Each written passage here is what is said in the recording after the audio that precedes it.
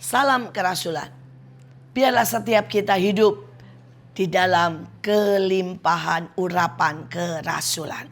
Urapan yang menyembuhkan, urapan yang membangkitkan orang mati, urapan yang punya keberanian menginjil, urapan yang menerobos badai, urapan yang membuat orang-orang yang letih lesu disegarkan. Mari saya kasih ayatnya. Kisah Para Rasul 1 ayat 2. Sampai pada hari ia terangkat, Yesus terangkat. Sebelum itu ia telah memberi perintah kepada rasul-rasul yang dipilihnya oleh Roh Kudus. Kisah Rasul 5 ayat 29. Tapi Petrus dan rasul-rasul itu menjawab, katanya, kita harus lebih taat kepada Allah daripada kepada manusia. Saudara, hari itu Yesus memberikan sebuah perintah, pergi dan kabarkan Injil ke seluruh dunia. Tapi tidak berjalan lancar. Ketika murid-muridnya bersaksi, mereka mulai ditangkap dan disesah.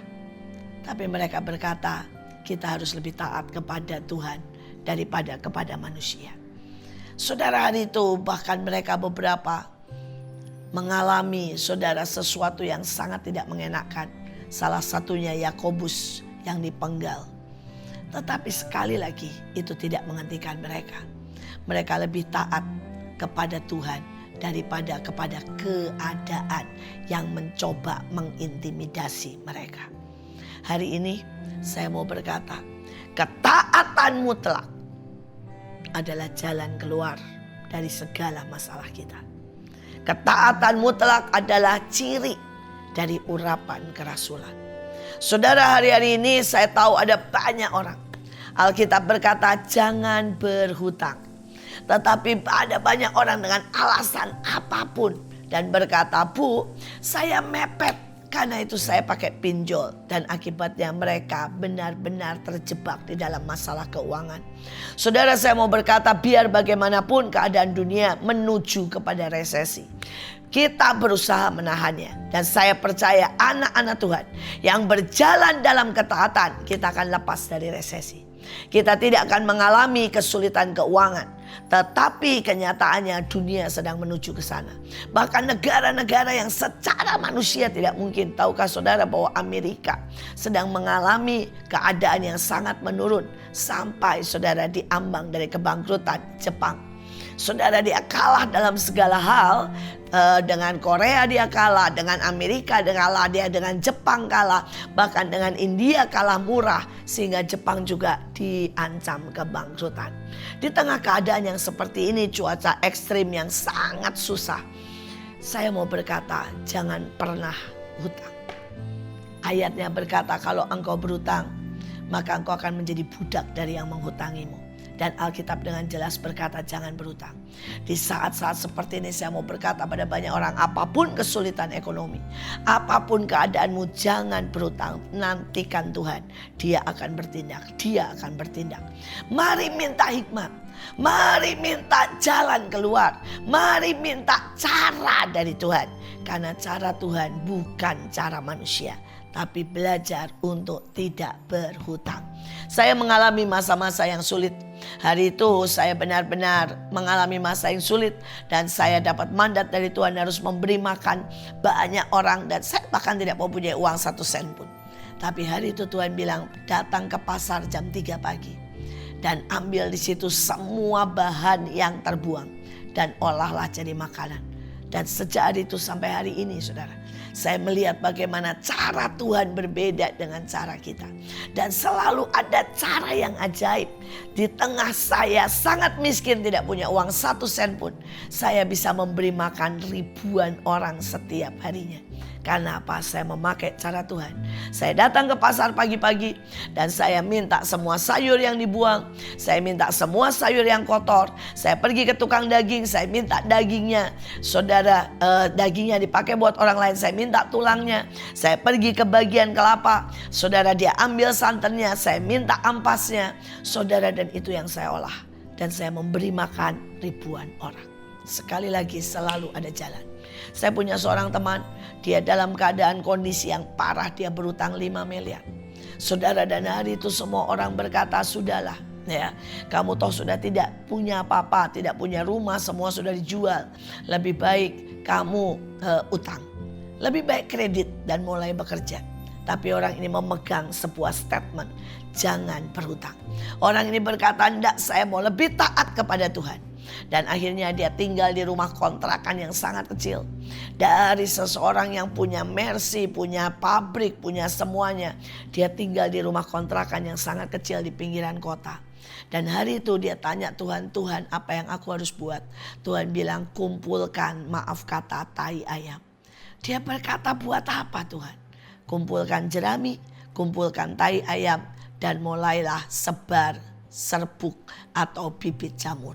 Saudara, dari situlah dia memulai. Saya persingkat. Saudara, ternyata dia sukses menjual dan membuat jamur, saudara. Dia akhirnya membuat khusus restoran jamur. Dia khusus berdagang aneka jamur. Dari jamur-jamur yang paling sederhana sampai jamur-jamur yang paling mahal, shiitake dan sebagainya. Saudara, hanya butuh dalam 1 tahun dia kembali naik. Dia kembali diberkati, dia kembali punya mobil, punya truk. Dan dia hidup sangat diberkati. Dia berkata, jalan Tuhan adalah jalan yang terbaik. Dia berkata, orang bilang dari bos cari tai ayam. Tapi saya melihat bagaimana cara Tuhan mungkin merendah. Cara Tuhan mungkin nelongsor istilah saya. Tetapi Tuhan membawa kita naik. Tuhan adalah Tuhan yang mengangkat engkau dari bawah dan mendudukkan engkau di kereta para bangsawan. Sekali lagi, ketaatan. Ketaatan. Hari itu saudara, tiba-tiba di tengah ibadah, Tuhan berkata, cepat kamu telungkup karena ada tanah yang terbelah. Dan tahan supaya tidak ada korban. Saudara bisa bayangkan anehnya di dalam kebaktian. Tidak ada A, tidak ada B, tiba-tiba saudara disuruh telungkup. Tapi sekali lagi, urapan kerasulan hanya akan mengalir ketika saudara taat. Saudara, saya di tengah suasana yang tidak pas, saudara, saya mulai telungkup dan saya mulai berdoa. Tuhan, dalam nama Yesus, tubuh saya adalah tanda ketaatan. Dan saya berkata tidak boleh ada korban sekalipun ada tanah yang terbelah. Saudara, itu jam 6:05. Saudara ada di doa pagi. Dan jam 6:14 berita masuk. Ada sebuah tanah terbelah. Saudara, jaraknya sampai 1 kilometer. Dan itu melewati apa? Rel kereta api. Itu melewati tanah tempat anak-anak sekolah, tempat anak-anak bermain. Tapi yang ajaib, tidak ada satu korban pun. Sekali lagi, ketaatan adalah kunci kemenangan. Ketaatan adalah kunci jalan keluar. Ketaatan adalah kunci engkau menikmati kuasa Tuhan. Saya berdoa, saudara mungkin hari-hari ini punya segudang masalah, stop pakai caramu. Dengarkan Tuhan.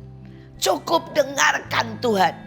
Maka tiba-tiba urapan kerasulan keajaiban. Urapan kerasulan soal hikmat. Urapan kerasulan yang membangkitkan keadaan yang sudah mati. Akan saudara alami. Saya sudah mengalami berkali-kali.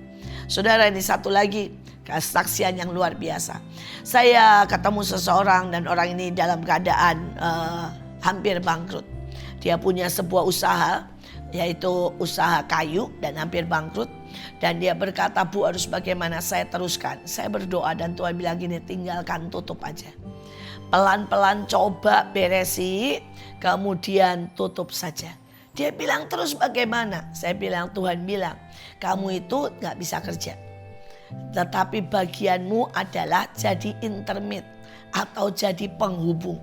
Saudara, dan orang ini taat, orang ini rendah hati dan berkata, benar, saya gak bisa kerja. Kerjaan saya berantakan, usaha saya kacau, seringkali saya tidak teliti dan seringkali saya salah hitung. Dan dia mulai tutup semuanya, dia mulai jual pelan-pelan bagian alat-alatnya. Dan dia cuma apa? Intermit. Apa yang dia lakukan? Taat. Kalau dia lewat saudara sebuah toko, mall atau sebuah tanah yang kosong dan Tuhan bilang foto, beli, ambil, jual, dan dia lakukan. Dan sekali waktu ada sebuah kesaksian, saudara, Tuhan bilang, kamu tawari orang itu tanah. Dia bahkan gak kenal orang itu. Saudara, di jalan dia tiba-tiba bilang, Pak, saya mau menawarkan Bapak tanah. Dia bilang, bagaimana kamu tahu? Kalau saya mau cari tanah, dia bilang Tuhan berkata. Singkat cerita, orang ini penasaran, orang ini percaya Tuhan hanya gara-gara dia nawarin tanah. Tapi kemudian orangnya berkata, oke, kamu punya tanah? Enggak, tapi Bapak maunya minta apa? Dia bilang, saya mau minta tanah di jalan ini dengan luas sekian. Dia bilang, oke, saya carikan. Dan dia pergi ke daerah itu, dia cari. Dan sekali lagi Tuhan bilang, hubungi ruko itu. Padahal yang dia cari tanah. Tapi Tuhan bilang hubungi ruko itu. Ternyata ruko itu berkaitan dengan yang punya tanah. Dan yang ajaib, dia dapat komisi sangat besar. Saudara, dia memenangkan jiwa. Saudara, dia dapat komisi sangat besar hanya karena apa? Ketaatan. Dan itulah urapan kerasulan. Karena di dalamnya harus mendengar suara Tuhan. Dan saudara harus taat. Tuhan Yesus memberkati.